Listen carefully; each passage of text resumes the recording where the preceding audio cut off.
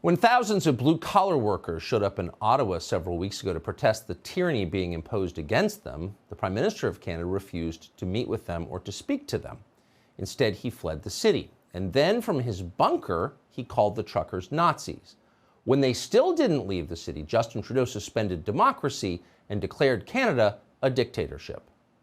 The federal government has invoked the Emergencies Act to supplement provincial and territorial capacity to address the blockades and occupations. The Emergencies Act will be used to strengthen and support law enforcement agencies at all levels across the country. This is about keeping Canadians safe, protecting people's jobs, and restoring confidence in our institutions.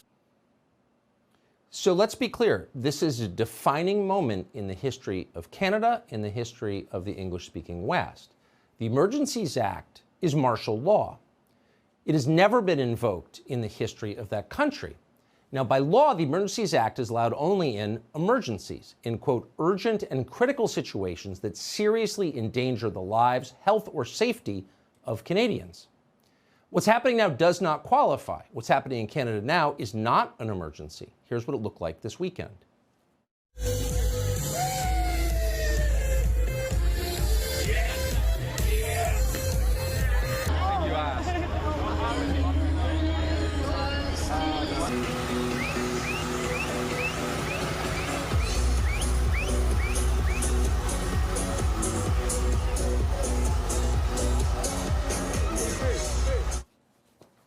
According to Justin Trudeau, everyone you saw in that tape is a terrorist, even the kids in their bouncy castles. Justin Trudeau has unilaterally revoked their civil liberties and authorized men with automatic weapons to haul them to jail. Trudeau was allowed for the arrest of this man, for example, making food for the terrorists. You can receive a free meal, irregardless of what faith you're from, what caste, creed, religion, doesn't matter. It's about the community kitchen. We all eat as one and humanity's equal. So the Seva concept, helping the community, is what we're practicing here today. We're here alongside the truckers in the fight for freedom, and we're doing our part from the Sikh faith. So again, all of these people can now be arrested on sight simply because of where they're standing. But being arrested is the least of their problems. An arrest suggests bail. You can get out of jail. You can't get out of the country Justin Trudeau has just made. Under martial law, Trudeau now has the power to force banks to seize their bank accounts and insurance companies to cancel their insurance. That means they can't actually live in Canada anymore. They are non-persons. They're enemies of the state, and they will be crushed. At least one trucker knows exactly what's coming. He has seen it before. He came to Canada from Nicolae Ceausescu's Romania. Why did only people meant to vote? Yeah.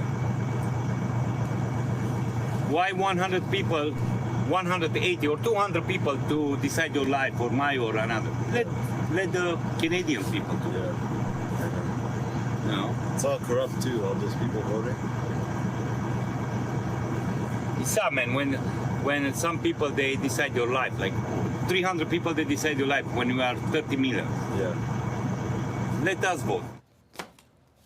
So is it an overstatement to compare what is happening in Canada right now to what happens in a Stalinist dictatorship? Well, the slogans are different. In the Eastern Bloc, they used to talk about solidarity. In Canada, they talk about diversity.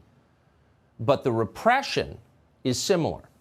Today, Canada's Deputy Prime Minister, by the way, is a former American journalist, maybe not surprisingly, announced that going forward, Justin Trudeau will regulate all crowdfunding and cryptocurrency under the Terrorist Financing Act.